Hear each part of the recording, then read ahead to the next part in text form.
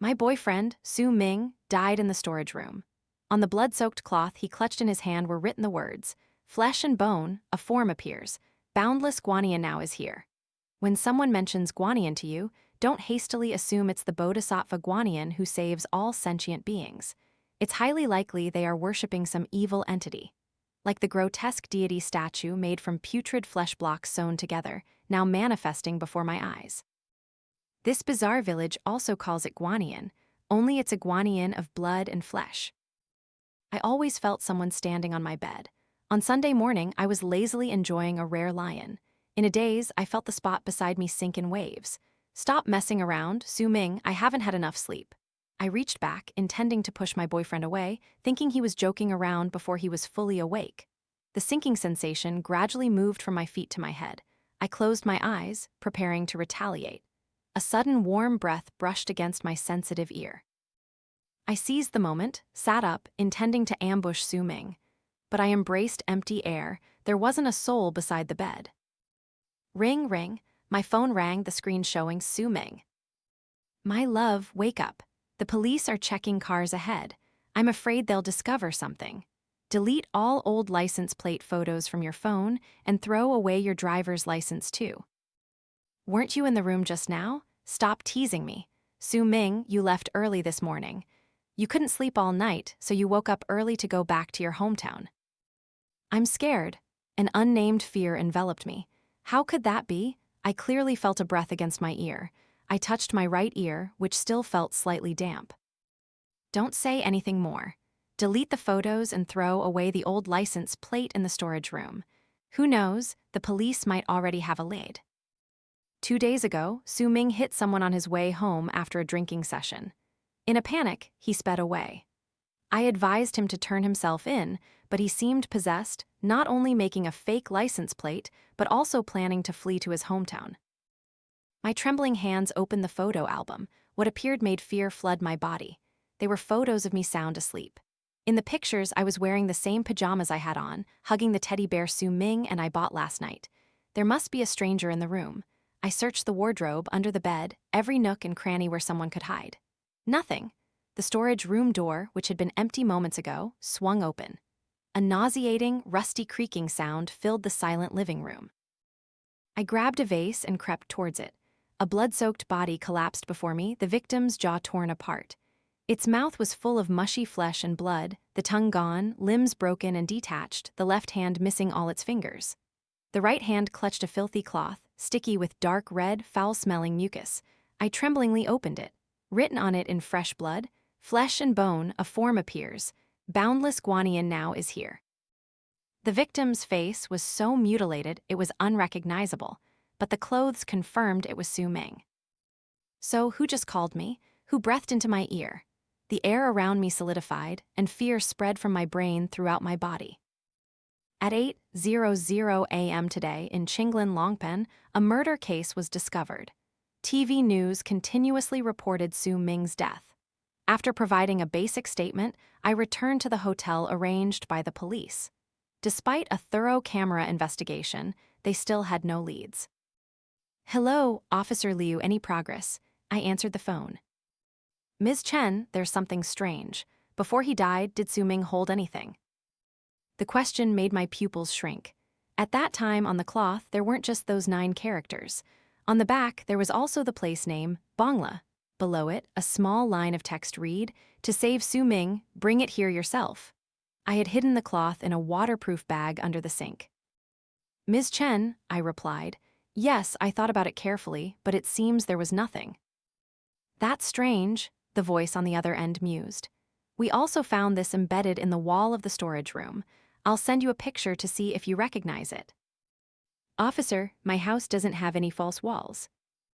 "All right, come back at 10 a.m. tomorrow for further questioning. I have a meeting."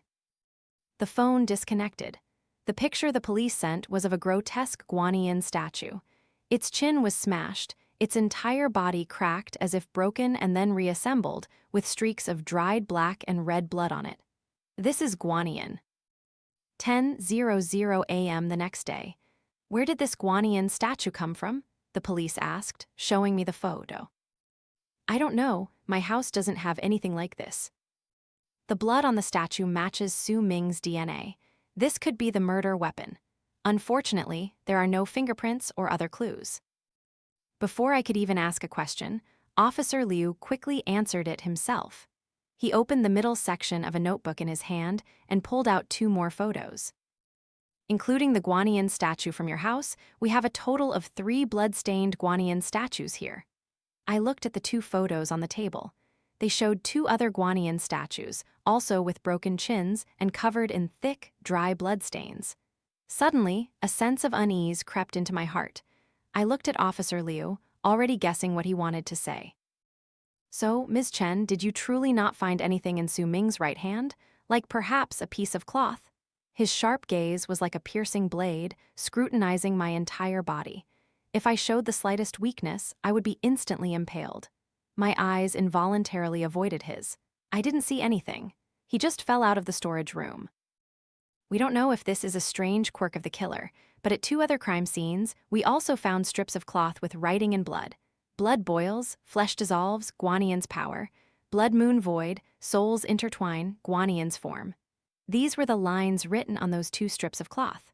Officer Liu took a deep breath and continued. These 2 murders also correspond to each line of text. One victim was locked in a large iron pot and boiled alive, while the other had their throat slit, bled dry, and then was thrown into a meat grinder. We've determined that these were all committed by the same perpetrator, classifying it as a serial murder case. If you remember anything else, please contact me anytime. Officer Liu stood at the police station door, seeing me off. After the interrogation, I returned to the hotel. The receptionist told me my room had been moved to the 1st floor. Damn it, the cloth was still under the sink. I rushed straight to the elevator lobby, heading to the 4th floor where my old room was located. The elevator doors opened, and a brilliant red light flooded the small compartment. The lavish decorative lights along the corridor now all glowed red. At the end of the hallway, a person in a red cloak stood there, the long garment almost completely covering their body. I raised my trembling hands, repeatedly pressing the door close button, but the elevator didn't respond. The figure stirred. The mysterious person in the long cloak began to walk towards me, their pace quickening. He's coming, he's coming. I watched the approaching shadow, desperately slamming the elevator buttons. Just as he lunged into the elevator, all the lights on the floor went out. Absolute darkness. The fear of death made me scream uncontrollably.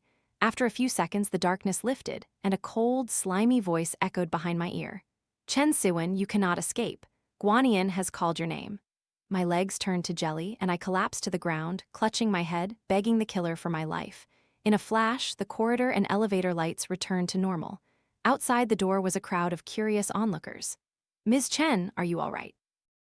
The receptionist reached out to help me up. From their accounts, I learned that the elevator had malfunctioned and hadn't actually left the 1st floor. The doors hadn't even closed. And I, having just run into the elevator, had acted like a madwoman, sitting on the floor and screaming, disturbing everyone. I returned to my new room on the 1st floor, changed out of my sweat-soaked clothes, and took a long shower. Was it a hallucination due to insufficient rest? I got back into bed, burrowing under the warm, clean blankets. Sleepiness immediately overcame me.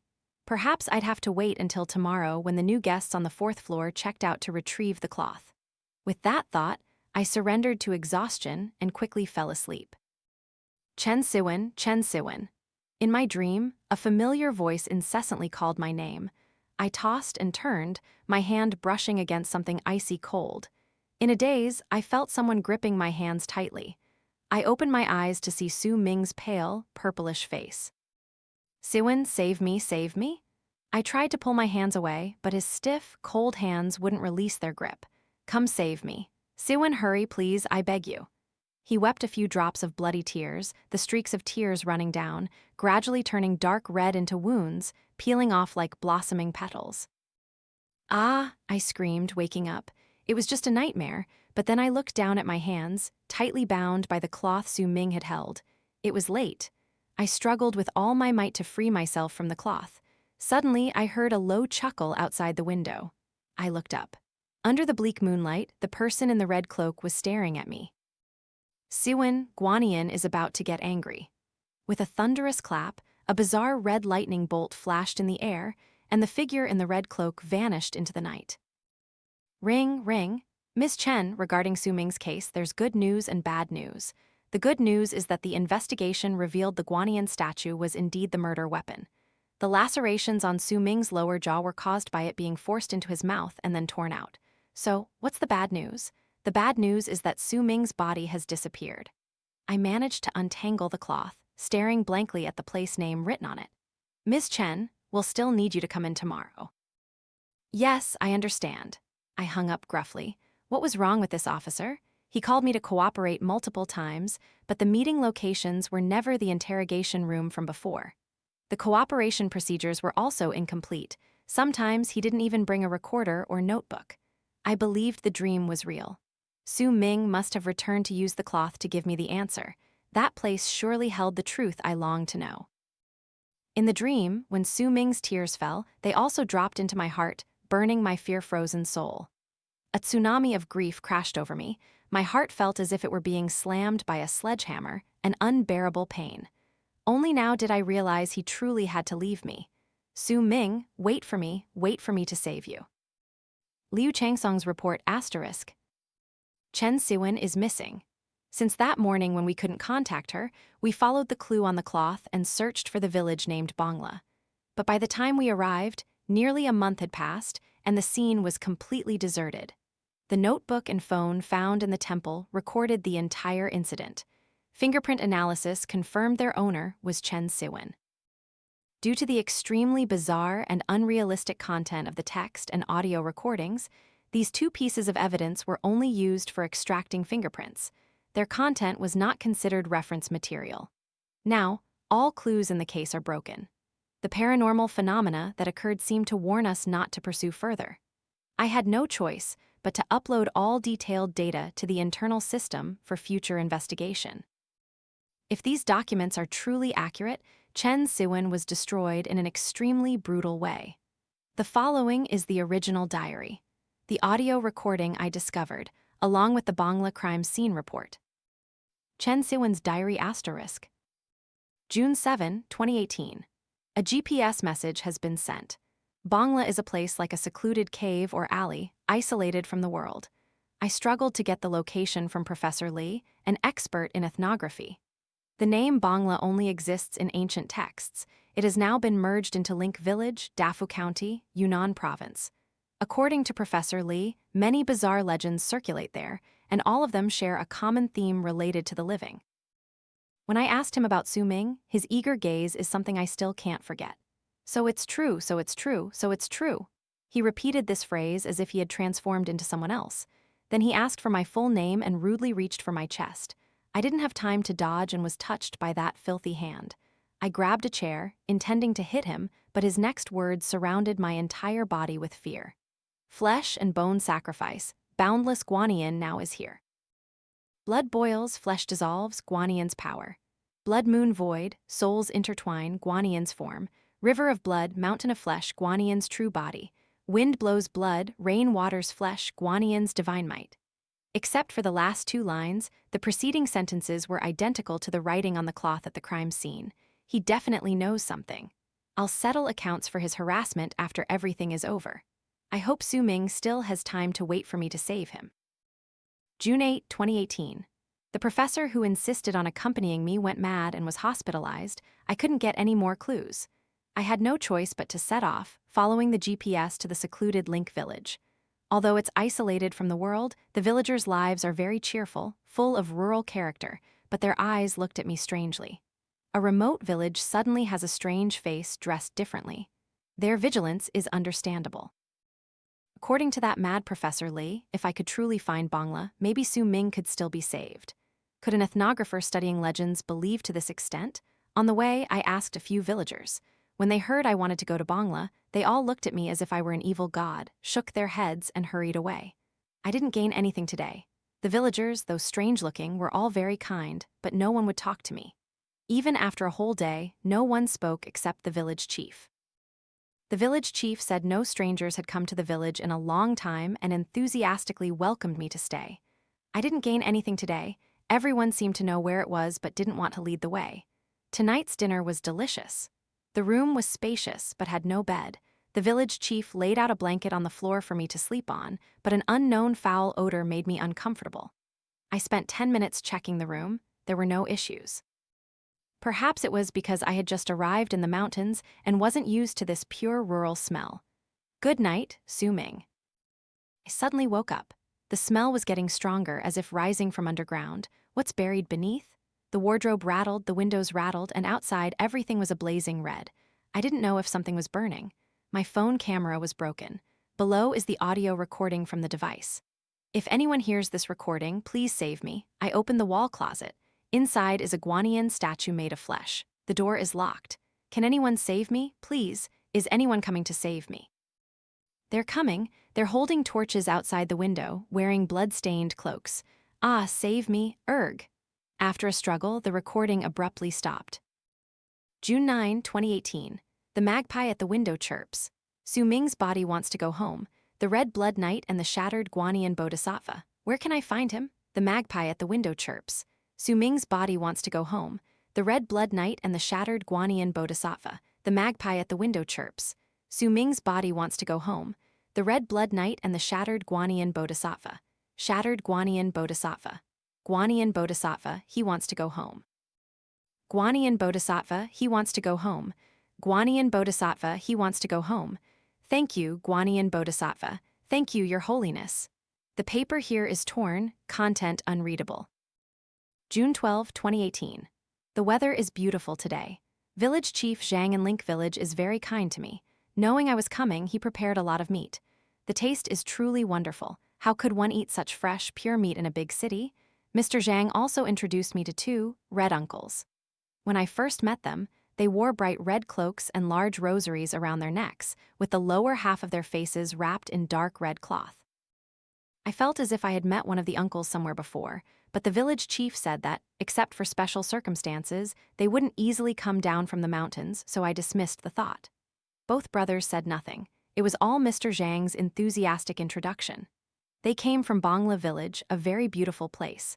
Has my memory been getting worse lately? I always feel like what I hear and see is familiar, but I can't recall it. Mr. Zhang told them to take me out to play. I'm really looking forward to going to the beautiful Bangla village. I'm on my way. Liu Changsong's report continued. It turns out the village named Bangla, 12 km from Link village, has now merged into Link. When we arrived in Link by car, it was already 5:00 p.m. and the sun had just set. We expected 2 police cars packed with people to frighten the villagers, but in reality, the village had long become a deserted land. The buildings in the village had been abandoned for so long that it was visible to the naked eye. The old stone path was now cracked, with weeds growing from the crevices, creating a scene of desolation. The surrounding houses were ruined and dilapidated, exuding a bleak atmosphere. We only found Chen Siwen's shoe prints at the Link scene, nothing else was discovered. Her footprints almost covered the entire village, from the village entrance to a rather large residential house, then spreading to households along the main road. It was as if she was visiting people's homes. Her footprints did not leave the village but formed a cycle within it. But this desolate scene here was not formed in 10 days or half a month. Who did she communicate with, and who guided her to do these things? When her phone was found, the screen and camera were completely broken. Based on the audio recording from June 8, her phone couldn't record videos or take photos that day. We filtered from the date of the crime, only extracting audio recordings from the device's memory. We had absolutely no clues or directions for investigation. She had disappeared into the village just like that. Chen Siwen's diary continued. June 15, 2018. The deities have decided to accept me. It's truly wonderful. The benevolent Guanyin bodhisattva will surely bless me. The 2 red-robed brothers, one named Su Dai, the other Song Kai. Brother Song even said he might have met me before. What a fate. Besides them, there are many other people in red cloaks here. Looking closely at their garments, they are truly exquisite. The red cloaks are embroidered with complex, incomprehensible golden characters. Black belts are symmetrically adorned with 4 bone beads. I don't know what animal's bones they are. The sleeves and trouser legs of the cloaks are tightly bound, very convenient for activity. The people of Bangla here all believe in Guanyin. These cloaked individuals are all monks, but different from my previous imagination. Recently, every evening, they light torches beside me, cover my eyes with a foul SM-smelling red cloth, and sit around chanting sutras. Currently I am living on this altar. They say it is the highest respect for a guest. Every time they chant, I always smell an extremely strong stench, like rotten eggs mixed with mouse carcasses and fermented milk. There are also sounds of heavy footsteps circling around me. Each time the chanting session ends, when Song Kai removes my blindfold, the number of monks surrounding me decreases by 2. Tonight, there are only 6 left. I cannot leave this altar. It would be disrespectful to Guanyin. Guanyin Bodhisattva, please bless me. Liu Changsong's report continued. After securing the evidence, we proceeded through Link towards Bangla. The closer we got to our destination, the stronger the pungent smell became. The older officers all knew it was the distinctive stench of decomposing bodies. We hadn't gone far before the sun completely set, and the forest grew even more eerie. We followed the smell, seeing a few trees with limbs attached. Our flashlight beams revealed that the perpetrators had grafted severed arms and legs onto tree trunks. There were 9 such trees, and on their tops, red cloths were strung together, forming an archway, welcoming us. A sudden numbness spread through my head. This feeling didn't come from fear, but from the brutality of the perpetrator. In addition to the 3 tragically killed in the city and the missing Chen Siwen, there were at least 9 people here whose limbs were severed and sewn onto trees.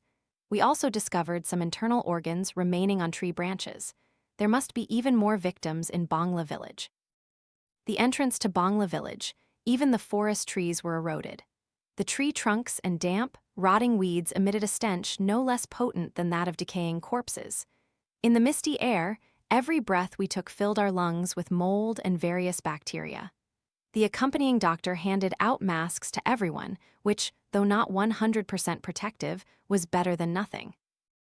Entering from the village gate, one could immediately see 9 limbless people buried waist-deep in the ground, as if plunged directly into the earth. Chen Siwen's diary continued. June 17, 2018. They have confined me to the altar. I cannot leave this circle at all. It's like an invisible wall. I cannot take even a single step out. Only Su Dai and Song Kai remain in the village. They are taking blood and killing every villager they captured from Link village. The monks who died earlier were brutally dismembered by them. The 2 of them carry the bodies to the forest near the village gate, as if decorating something. The village chief's corpse has been soaking in the stream next to Bangla village for days. From the height of this altar, I can clearly see the swollen body. The most disgusting thing is the giant shrine in front of me with a monster that emits no light. Its body is sewn together from many corpses. These flesh bodies are highly decomposed and blended together. Around its neck, it wears a horrifying rosary, a rosary made of human heads. At this point, I no longer hope for anyone to save me. End of recording. Liu Changsong's report continued. We discovered in Professor Li's research materials that a small-scale cult had once terrorized Dafu County. Unlike the methods of the Koreans, they specialized in taking human lives. This organization had diverse methods of sacrifice, carried out in a specific order, including causing death by external force, boiling, mincing, dismemberment, and sky burial for vultures to eat. Each time a cycle was completed, they would disappear without a trace for a period, as if an evil deity had descended, periodically demanding sacrifices from the human world. The strips of cloth found at the crime scenes also corresponded to the texts in Professor Li's report. Flesh and bone, a form appears. Boundless Guanyin now is here. Blood boils, flesh dissolves, Guanyin's power. Blood moon void, souls intertwine, Guanyin's form. River of blood, mountain of flesh, Guanyin's true body. Wind blows blood, rain waters flesh, Guanyin's divine might. The strange thing is that the last character of each sentence matched the first character of each entry in Chen Siwen's diary. There is a clear contradiction between Ms. Chen's written records and the audio content after she met the village chief. The voice in the audio recording is confirmed to be hers, but can we be sure that the written entries were penned by her own hand? When we arrived at Bangla, it was like hell on earth. Behind the altar, surrounded by 9 human-shaped wooden stakes, stood an astonishingly huge wooden temple. The colossal wooden structure appeared ominous and majestic under the moonlight. Its former glory had been eroded by wind and rain. Now it resembled a forgotten phantom, looming amidst the mysterious mountains. The intricate carvings on the wood had faded with time, but still revealed their former refinement and splendor. More horrifyingly, all decorative details using red were not ordinary paint, but fresh animal blood. They shimmered under the moonlight with an unusual aura of death, a faint metallic stench lingering in the air. Stepping inside, we saw scattered across the floor rotting flesh fragments and skeletal remains. Swarms of flies filled the entire shrine. In the sky above the village, several vultures circled, ravenously eyeing the piles of decaying meat. On the first floor of the temple were complex symbols drawn with fresh blood. These symbols looked utterly demonic under the moonlight. A cold gust of air rushed directly into our faces, as if these symbols were summoning something unnameable. The experts in our team and the ethnography professors could not decipher the meaning of these symbols, but everyone clearly felt the terror they evoked. In the center of the altar on the second floor, we found all of Chen Siwen's clothes, phone, and diary. Traces of struggle remained in the temple, but according to the scene, it was still only Chen Siwen. Footprints, fingerprints, and fallen hair on the ground all matched only her. On the giant wooden table in front of the altar was a large wooden box, 1/2 meter long, 1/2 meter wide, and 1 meter high. The carvings on the box corresponded character by character with the ritual array on the floor below. Each time a chilling wind blew through the luxurious but dilapidated windows, a strong stench of decay emanated from the box. After examination, the team's expert used a crowbar to open the box. Inside was a Guanyin statue, or more precisely, a block of Guanyin statue. Hundreds of brutally severed tongues were sewn together after delicate trimming, forming a grotesque beauty. The red color of the tongues glowed even more vividly under the dim light, like fresh blood flowing in the darkness. As soon as we opened the wooden box, a fierce thunderstorm suddenly erupted in the mountains, as if we had touched a taboo. Thunder roared and lightning flashed from the dark abyss, enveloping the entire world in an atmosphere of evil. The dark clouds, illuminated by the flashes in the sky, looked like giant beasts lurking in the vastness, ready to tear us apart at any moment. Team members tried to close the large wooden doors and shattered windows to shelter from the rain, but then saw a dazzling blood moon in the sky. Raindrops as large as beans, under the fresh red moonlight, seemed like drops of blood falling scattered onto the piles of flesh on the ground. Wind blows blood, rain sprinkles flesh, Guanyin's divine might. The expert in our team muttered this phrase, his legs weak, slumping to the ground. Boom, another clap of thunder echoed, a flash of lightning cutting through the window, blocked by an indescribably colossal object. It was a monster, its entire body covered in dark red mucus. Dozens of severed legs were sewn onto its bloated form, posed in Buddhist mudras and hand gestures. Murky eyes were embedded in the flesh crevices, exactly like a thousand-handed, thousand-eyed Guanyin sewn from corpses. More sickeningly, its lower body was composed of countless human shins, even more numerous than its arms. The long, sewn-together legs twitched and convulsed on the ground, dragging the monstrous body along. This was the ultimate blasphemous abomination. We panicked and fled. 2 police officers fired their pistols at the monster's countless legs to slow Guanyin's advance. We dove into the woods, heading towards the police cars. But as we neared, a rusty scythe whizzed over my head. The curved, rusty blade plunged deep into the throat of the nurse behind me, snagging on his cervical spine and dragging him into the bushes. Dozens of red-cloaked, masked figures jumped down from the trees, surrounding us. A few police officers drew their weapons and issued warnings, but it was useless. A small battle erupted. Finally, I and 1 police officer covered the research and forensic personnel, retreating towards Link Village where our cars were parked. But as we were about to reach the village, a fierce fire erupted, incinerating the houses dimly visible in the distance. The towering flames twisted in the wind as if mocking us, mocking this entire world. I left my teammates and everyone else, advancing alone towards the village gate to scout the situation, but I was attacked by a masked assailant and fell to the ground. When I woke up, the entire forest was burned black. Helicopters were still checking for remaining embers. Firefighters emerged from their vehicles, carrying large hoses, slogging across the desolate, blackened land to inspect. Standing next to me was Li Ren, who suddenly appeared. Why was he here? Since that fire, the flames had consumed all the decaying flesh, bones, wooden altars, and temples. All evidence had turned to ash, only I survived. After being cleared of arson suspicions, I intended to find Professor Lee to thank him, but his phone number had become disconnected, impossible to reach. Not only that, all photos taken with my phone were completely corrupted and unopenable. The only remaining clues were Chen Siwen's notebook and phone, which I had hastily shoved into my jacket pocket. After being discharged from the hospital, no one believed what I had experienced.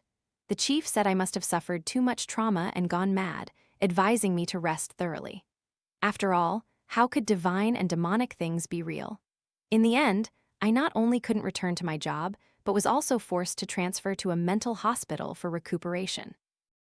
Chen Siwen often appeared in my dreams, telling me to save her in a mountain gorge in Dafu County, Yunnan Province.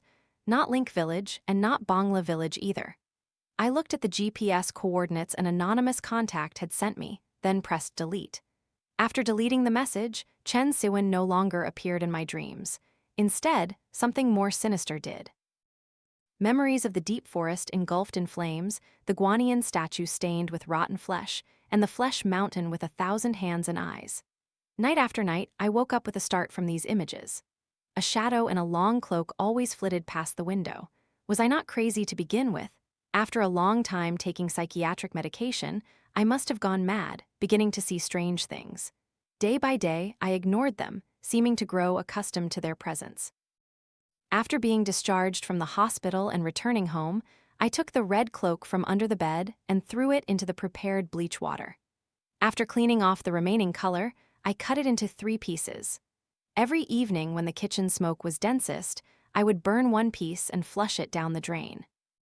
Clink, a bell rang.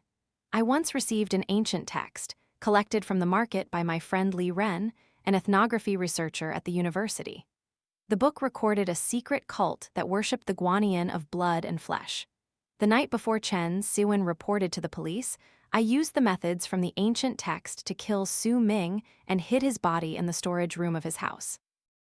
The next morning, I used voice-changing software to call Chen Siwen from Su Ming's phone, staging a false crime scene. But everything after that didn't go as planned.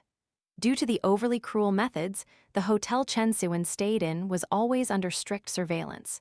With my position, I couldn't act without leaving a trace. At most, I could only pretend to be a red-robed monk to scare her outside the window. Later, I repeatedly invited her out for statements and gave her water laced with hallucinogens to drink. In a state of extreme distress and pressure, the hallucinations surely tormented her, perhaps even causing her to harm herself. Then things spiraled completely out of control. First, 2 cases with the same methods suddenly appeared in the city. The difference was that the cloth I left clearly stated the location, Bangla. But on the 2 later bodies, the red cloth was covered in incomprehensible cryptic writing. I had no choice but to blame Su Ming's case on that mysterious killer. Next, Su Ming's body and Chen Siwen both disappeared. All cameras at the morgue that day were jammed and unwatchable. The same happened with Chen Siwen's hotel cameras. Initially, I thought Chen Siwen, in her hallucinatory state, had moved the body from the morgue. It wasn't until our team arrived at Link Village that we found traces of Chen Siwen. From that day on, I knew something was wrong. It seemed I had awakened something. The events that followed, I have already recounted above. I was completely helpless against it and its subordinates, merely watching as each life met its end. I want to warn everyone not to carelessly imitate the practices in ancient texts. It will surely bring calamity and misfortune. Back home, each time I woke up, new, unhealed cuts appeared on my body. Though not bleeding profusely, tissue fluid mixed with red blood cells oozed out. My limbs were tightly wrapped in bandages. It was as if something was secretly affecting my body at night, nurturing me as food or a sacrifice. Postscript. Few days later, the large advertising screen in downtown Longpen broadcast an urgent message. August 25, 2018, July 15 on the lunar calendar. In the Chinglin district of Longpen City, 2 dismembered bodies wrapped in red cloth were discovered. Identity verification revealed the 2 victims to be a university professor missing for a long time and a former police officer. The perpetrator's methods were extremely cruel. Society is now openly urged to provide clues.